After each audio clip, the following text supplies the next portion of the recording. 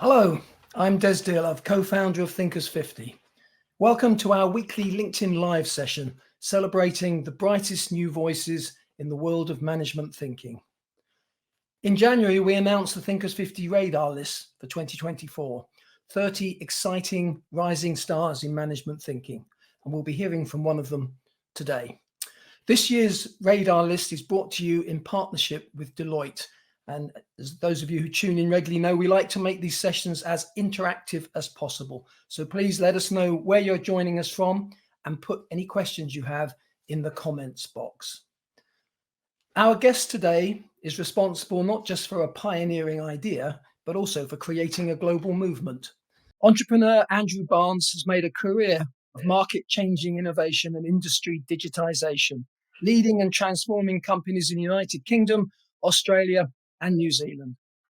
In 2018, he made international headlines across the world with an idea that he believed would raise productivity in the workplace while also contributing to the personal well-being of his staff, a 4-day work week. Through his company, New Zealand's largest corporate trustee company, Perpetual Guardian, Andrew announced a 4-day week trial with staff receiving an extra day off work on full pay each week.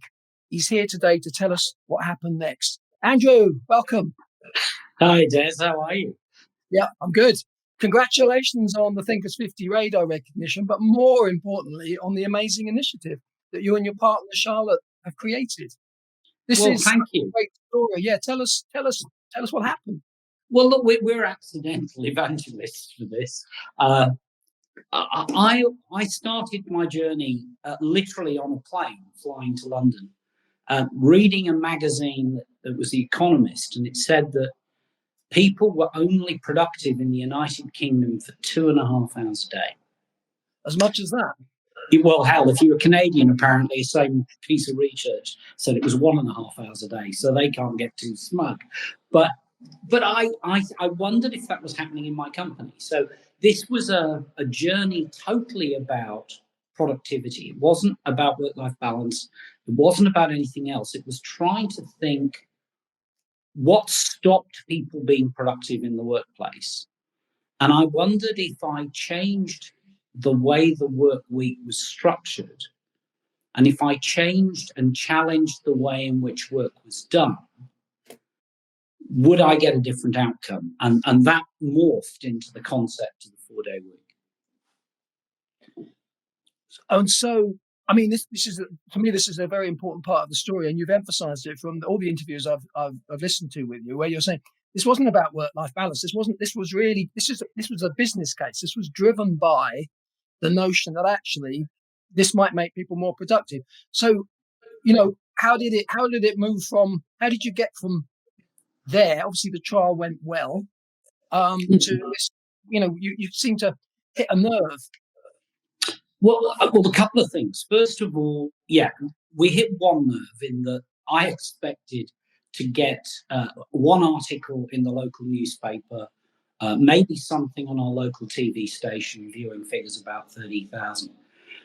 Not, being on something like Thinkers50, not being in Forbes, not actually being the most read article in the New York Times after the Trump-Putin summit. That reflected something that we never expected, which is that when asked, about 80% of people around the world say that actually they would like more time.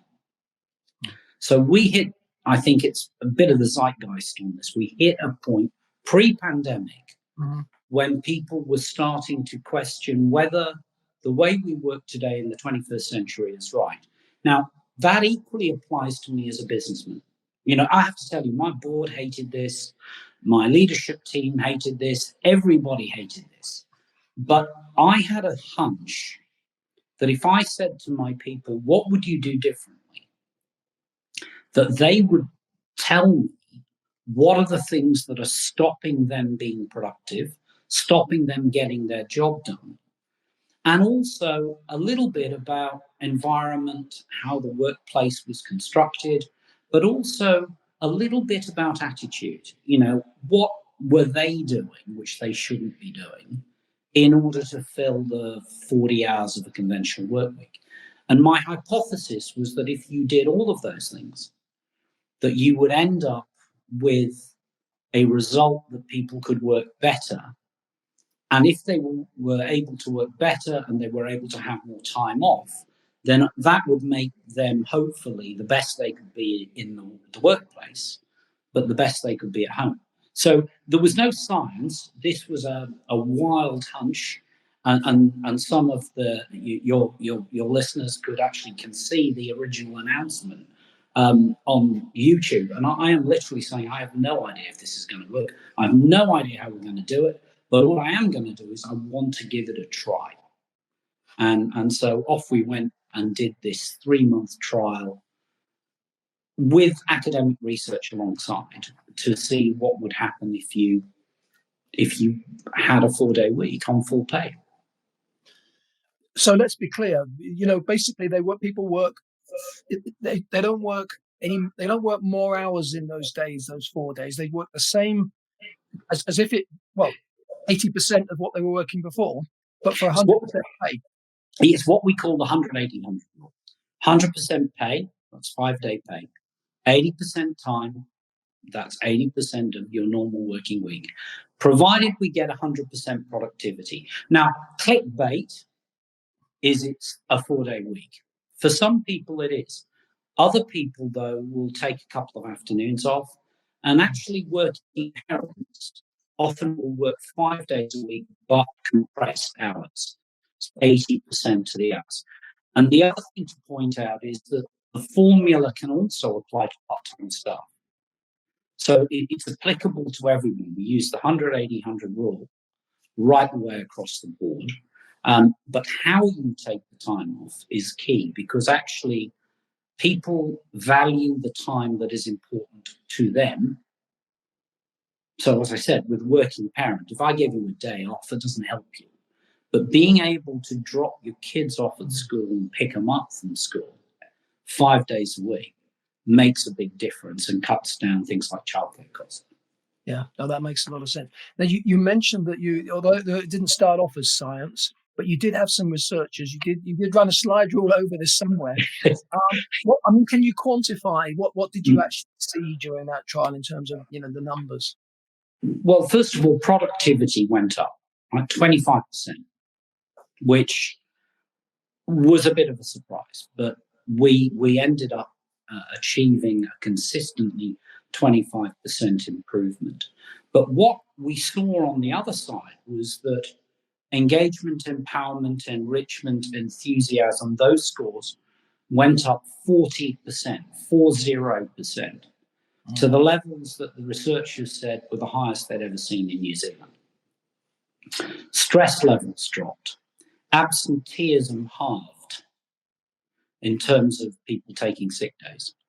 More people said they were better able to do their job working 4 days rather than 5. Burnout levels dropped by about 60% in terms of people feeling better about themselves. So there wasn't a single measure in our trial that something cropped up that was to the negative. Everything was to the positive. And that was the reason, I think, that Charlotte and I then turned around and said, well, maybe we've got something here.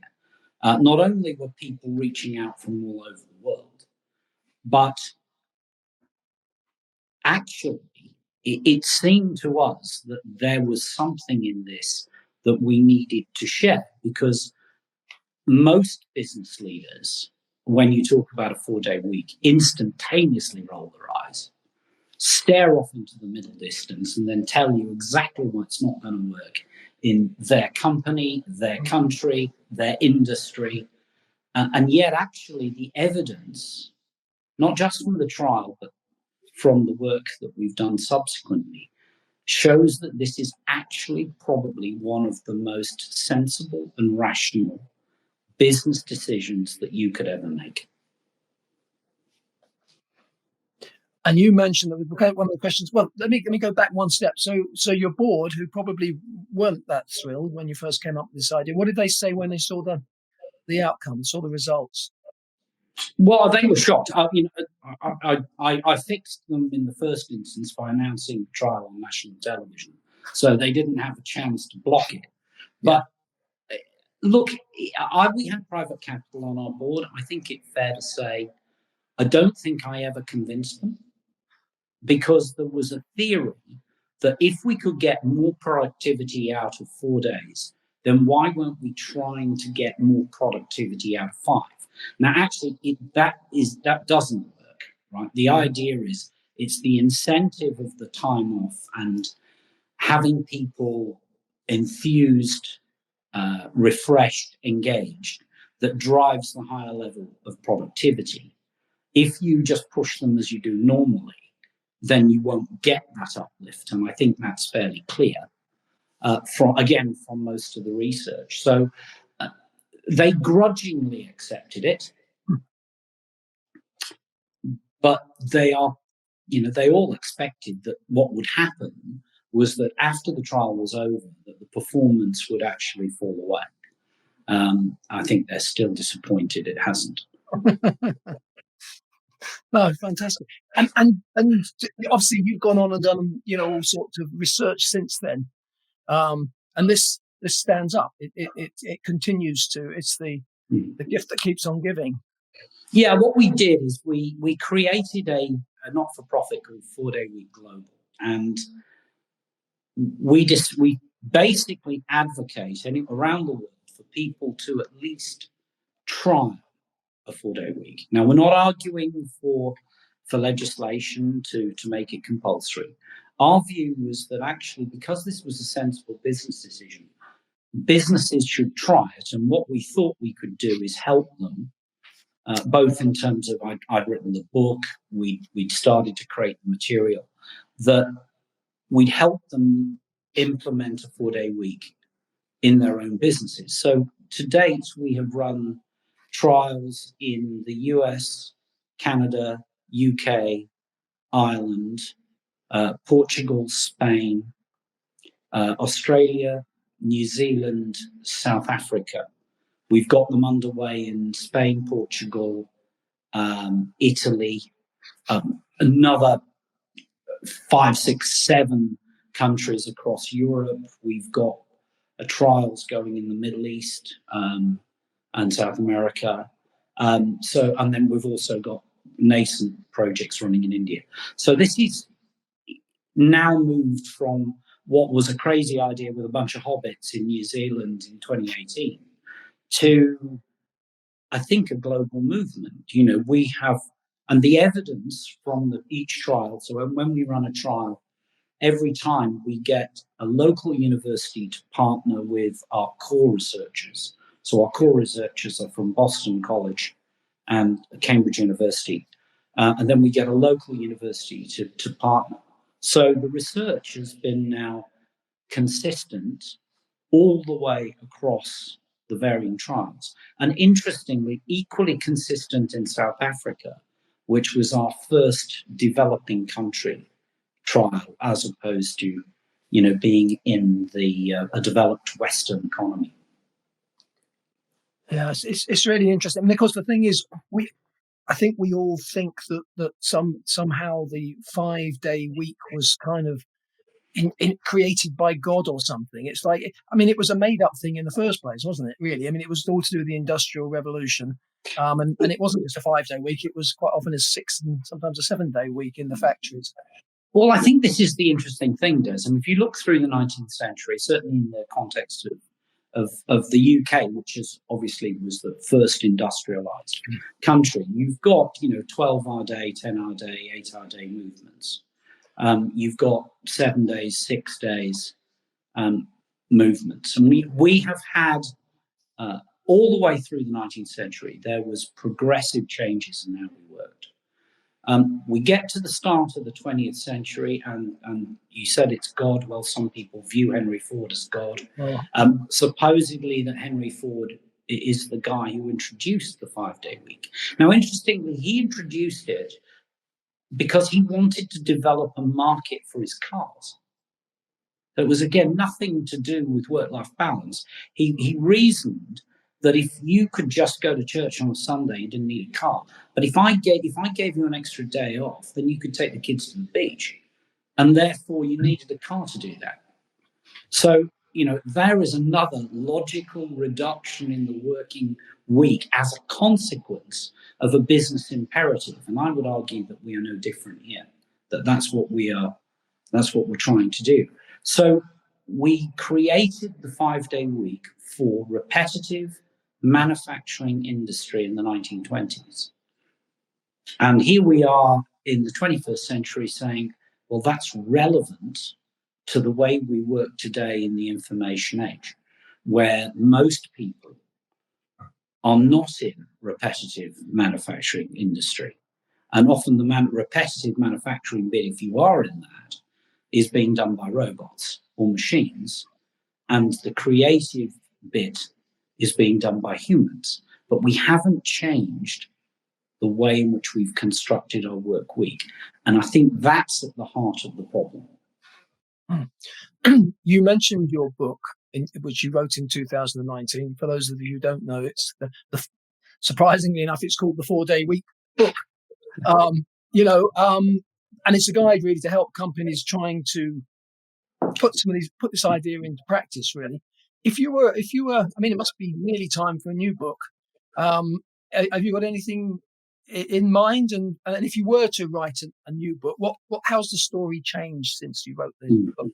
Well, bizarrely, as we speak, I am starting the early stages of the scribble. I think there's a few things that have changed.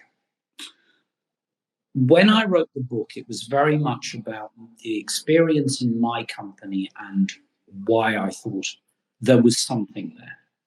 Now, since that time, of course, we've run all the trials. Interestingly, we've also benchmarked performance of companies. My own company's been doing this for 5 years now, but we've benchmarked companies that have gone through the trial and are still doing 4-day week a year, 2 years later. And what we're finding, of course, is that productivity is up 33% broadly in companies that have implemented it. And that, again, is consistent across the British and the American and Canadian trials. We've got 60-70% drops in burnout. We've got more people effectively saying almost, you can't pay me enough to go back to 5 days. I mean, the statistics are 15% of your workforce say can't pay me enough to go back. Another 15% would say it would be about 75%. Another 40% tells you you're going to have to, pay me 50% or more. And what that shows is that people value the time off more than the amount of money that you're prepared to pay for it, which is interesting. And then you find things that not only are the health and happiness scores higher, but you're finding sick days are halved, and that's enormously important for economies. So, for example, the UK loses 17.9 million days a year to sickness, and that's about a 45 billion hit to the economy. If you can halve that, that is a major impact. So what I think we're talking about now is, in fact, a 4-day world, not a 4-day week. So what would happen to the world if, in fact, we changed our working practices? And a bit of that is health. 1 in 4, 1 in 5 of the workforce has a stress or mental health issue. They're not as fit as they should be because they haven't got time to exercise. They eat the wrong foods because they're time poor. What would be the impact on health? What would be the impact on education if parents had more time to spend with their kids rather than have them in care? What would happen to family cohesion? You've got aging populations. What happens if I've got more time to care for my aged parent? And then things like environment. There was a study done in the UK by Henley Business School, which said that if the Britain moved to a 4-day week, it would be the equivalent of taking the entire UK private car fleet off the road every year. No, that's fascinating. We're getting some questions coming in. I'm going to put the question to you. You've partly answered it, but perhaps we can expand on that point. How might the 4-day work week paradigm influence global environmental sustainability efforts? And what role do diverse workforce demographics play in enhancing or challenging its effectiveness in reducing carbon footprints? Well, I will say at the outset, we have not done direct testing on environmental outcomes. What we've done in our research to date is that we have asked people to tell us what they do in their additional time off. And what we're seeing is about 42% of employees are doing low carbon activity in that additional day. So there is anecdotal evidence, and then there are studies like Henley's, which are starting to paint a picture. But it is where we want to take our research next time, is actually to say, we need to get to that point when we really start to understand the impact on the environment. But it looks as though we're pretty clear people are not doing high carbon activity on their day off. They are, it does benefit the economy because you're taking vehicles off the roads. That in turn benefits carbon emissions because you have less congestion. So we're starting to see that data come out from a number of the trials. Now, equally, very importantly, we found that when we implement a 4-day week, that disproportionately males do more housework and caring responsibilities. And the number goes up by about 22%. So when we're talking about how do we tackle this problem of the gender pay imbalance, and a lot of that, of course, is linked to the amount of time that people have got to spend with their families. What we're finding is, one, it makes it easier for women to get to those senior positions. They're not instantaneously negotiating a 4 days week on 4 days pay, which contributes materially to the pay gap. They're actually able to do 4 days a week with the higher level of output. Your married women and women with families are often the most productive member of your team because they're good at managing time, right?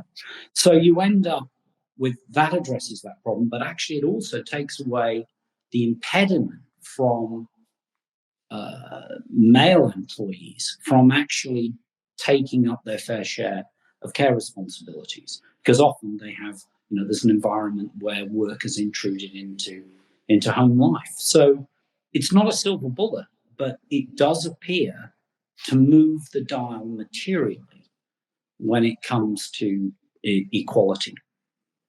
No, that's interesting, and the sustainability point too, because it's quite nice to think we might be having the last laugh at Henry Ford, because he wanted to have a 5-day week in order to get people out in their cars, and by going to a 4-day week, hopefully people are spending less time in their cars and less time, polluting the planet. So that's good news. We've got lots of questions coming in. Let me take another one. Here we go.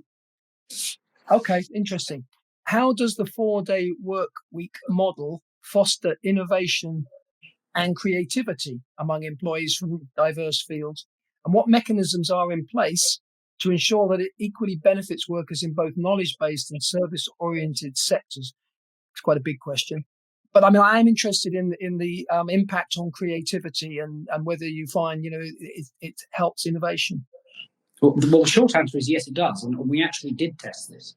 And the reason it does is because actually you are freeing your people in the company to tell you how they can make the company better and how they can make their work processes better. Now, all too often as business leaders, we do top down. We sit there and say, we're going to bring in a consultant. The end of the result is we're going to restructure that. We're going to take some cost out. And all your employee hears is, you want me to do more with less. Yeah. On this model, we say to the employee, what are you going to do differently? Now, some of that, as I've said, is attitudinal. We found that internet surfing on the top 5 non-business related internet sites dropped 35%. Some of it is process and procedural, getting rid of over-long meetings. Microsoft Japan did that, got a 39.9% improvement in productivity on restricting meetings to 5 people and no more than half an hour. Then you have things around people not taking personal phone calls. You have people focusing on having quiet hours and things like that where they can concentrate on the work. All of these initiatives come from the employees, but critically, all you're looking for, if you are only productive for 3 hours a day, I only need 45 minutes of additional productivity to balance the books, right? So what you get, bizarrely, is more creativity, more team engagement. If somebody's going to be off every week, you can't leave their job to be looked after by them, picked up when they come back. Somebody else has got to be able to pick it up. So you get much greater team cohesion, much greater creativity. Again, the scores, the scales are going off. The scores are going off the scales with this stuff.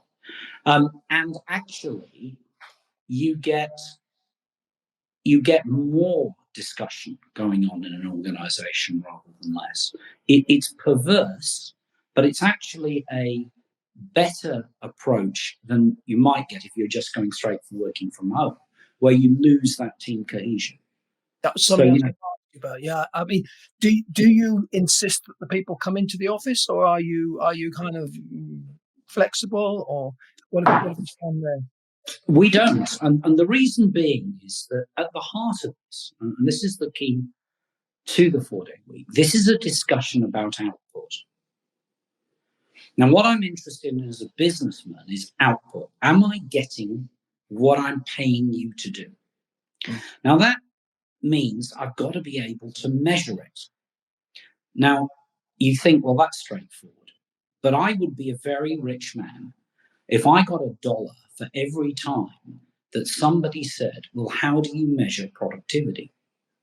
Now, the answer to that, of course, is if you're asking me that question, you are not measuring productivity. You are using time as a surrogate for productivity. Yes. So what we did at the start is we said to our people, right, okay, how do we prove that you are delivering what I want you to deliver? So the teams came up with lots of different measurements for us to assess whether productivity was remaining the same. Now, ultimately, I can see that in my revenue line. I can see it in my profitability line. I can see it in terms of the number of cases and things that we're dealing with.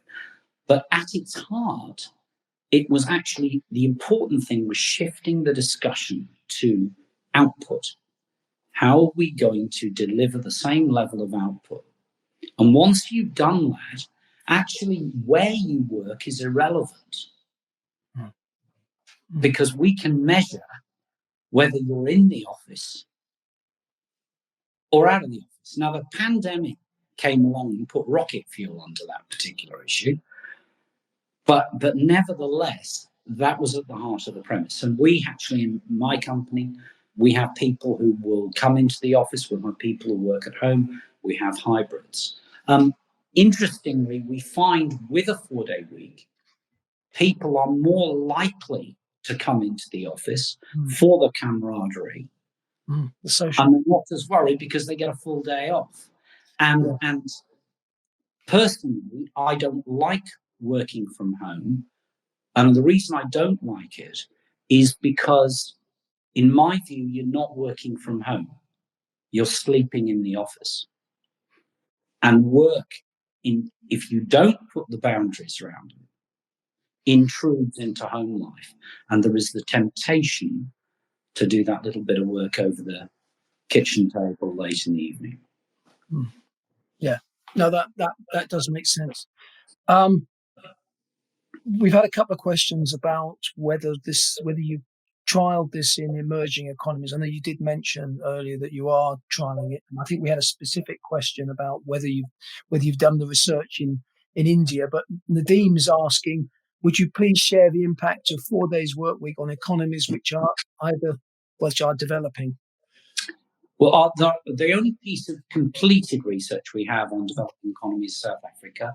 There were also companies participating in Botswana, Namibia, and Kenya, I think, in that particular trial. And the results, boringly, were absolutely consistent with the results we got in developed economies. Now, it addresses different issues, right? And the reason I say it addresses different issues is the big issue in South Africa is actually youth unemployment.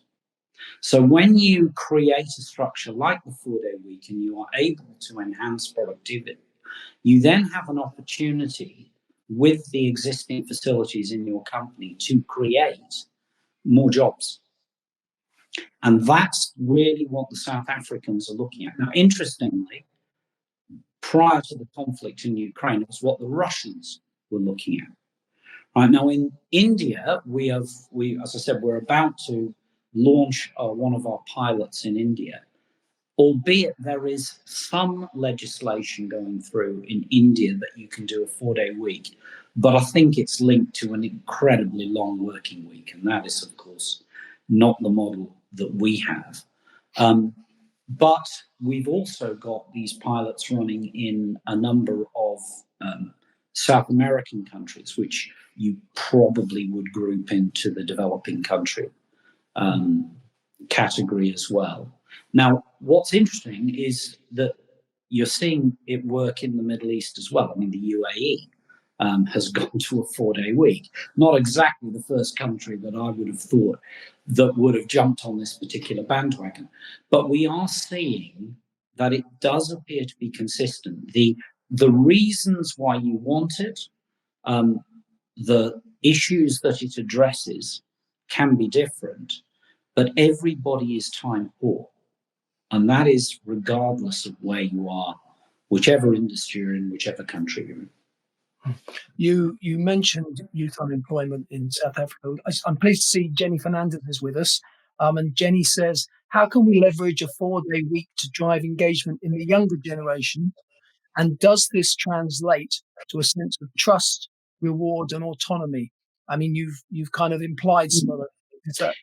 Well, Jenny, I think it does. The reason I say that is that what happens is because everybody takes time off. Now, critically, by the way, the only people I made it compulsory to do a 4-day week in my company were the senior leadership team. They had to walk the talk. It's all well and good saying I'm going to do this, and then you're firing your emails out late at night and on your day off. That was a no-no. Now, what happens is, as a consequence, at some point in this journey, your team leader, your boss, is not in the office. So who picks up the slack? So what happens is, in fact, there is delegation. And because there's delegation, we found that our junior staff actually loved the 4-day week because for 1 day a week, their supervisor wasn't there. And they were given the responsibility, the trust, reward, the autonomy, to quote your question back. They were given that, and it was demonstrable that we were recognizing their contribution. Now, the other thing about this is because the boss was away or the team leader was away, their role had to be picked up by somebody. Now, that means you are starting to upskill, cross-train your team. So that's why I say when you look at team cohesion, creativity, all went up because you have to find a different way of servicing your customer. And just because that person isn't there, the business has to carry on. So I think it's a major contributor to creating that sort of culture that we're hoping to translate for the next generation. No, it's interesting. I read a piece that you did with Happy Henry, who's a great friend of the Thinkers50, runs Happy Computers, and Henry has this management tool that he calls pre-approval. And he says the most useful thing he can do is get out of people's way and get out the office and let them get on with it, because he just slows things down. So what he says to them is, any decision, I hired you, I trust you, you're good people, otherwise you wouldn't be here.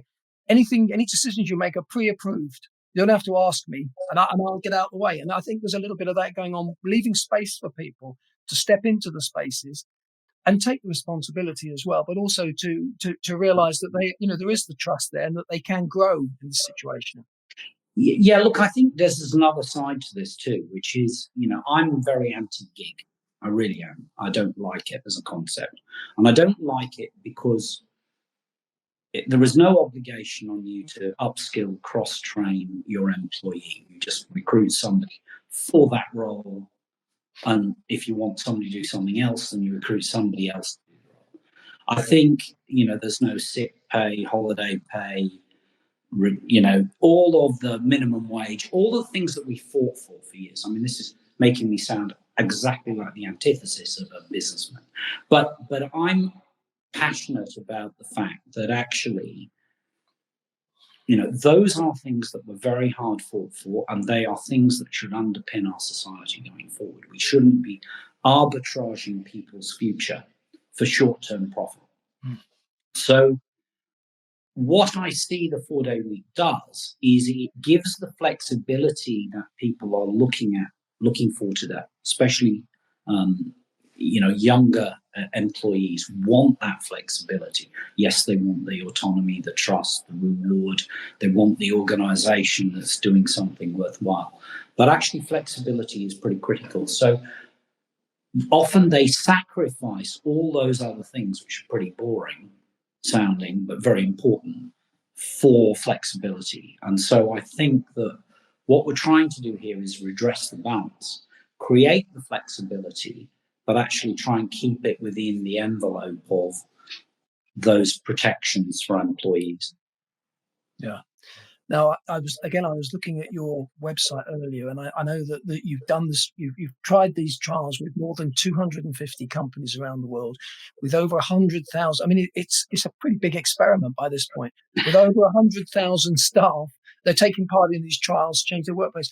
Have you found a business? And I'm going to tie this into one of the questions we've got as well. But have you found a business where this doesn't work, won't work, or is this really is some sort of panacea? And I will tie it into a question, because the question we have here is, how does the 4-day work week model adapt to the unique operational and workforce needs of different sectors, such as healthcare, manufacturing, technology?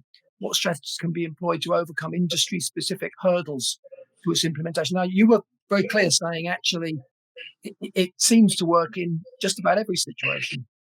Well, let's start from the basics. If you are saying that your company, your business, your industry cannot find a better way to do things, then we have reached the pinnacle of human achievement right here, right now.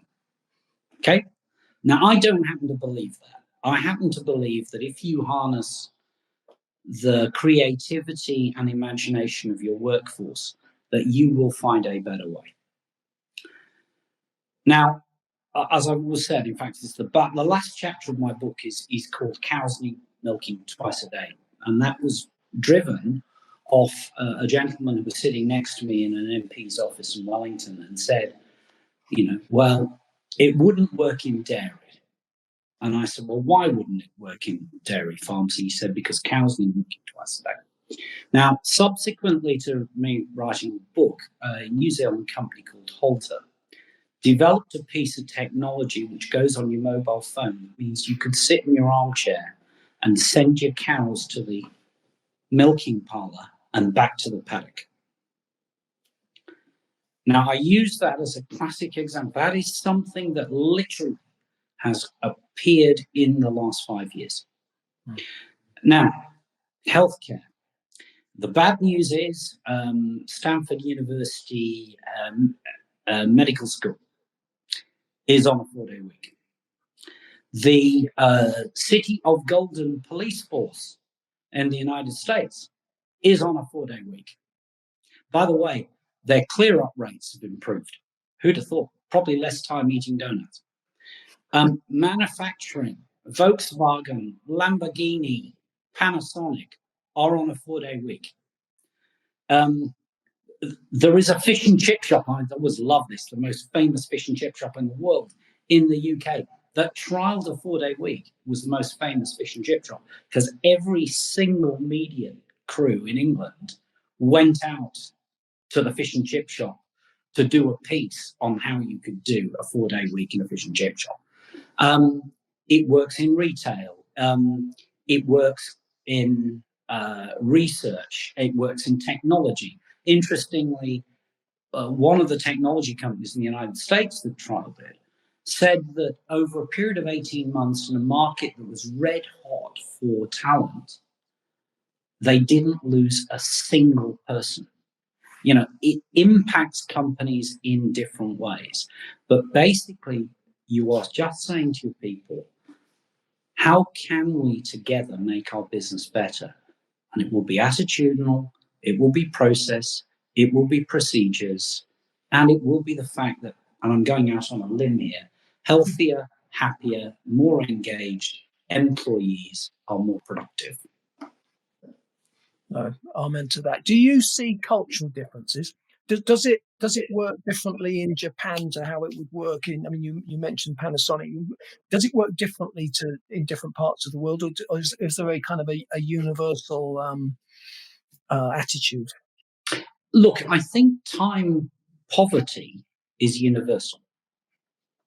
As to how that impacts on society, it is different from country to country. And this is why when we do our research, we always have a local research partner, because we want to try and make sure that the cultural issues are picked up in our research, such that whilst we're looking obviously for the overall benchmarks so that we can compare and contrast, actually we've got to reflect the fact that things are different. So, for example, we've got some discussions going on in Saudi Arabia at the moment. Now, Saudi Arabia, their biggest problem is that the biggest cohort of unemployment is on graduate educated women. In a conservative country where disproportionately care is in the hands of the woman. So what they're looking at is actually if we trial this and we can address the balance a little bit, can we bring more women, professional women into the workforce? So the issues may well be different culturally, but actually creating more time always enables a solution to be developed wherever you are in the world. No, that makes sense. I mean, one of the things I love about this movement you've created is you and Charlotte created it. It brings together kind of scholars, the thinkers, the practitioners. I mean, we have a kind of a mantra at Thinkers50 where we say we have a very simple formula: thinkers plus doers equals impact, and you've got that going on. You're really making a difference. We are running out of time, but I have to ask you, if someone wants to go away and make a 4-day week happen in their organization, where do they start?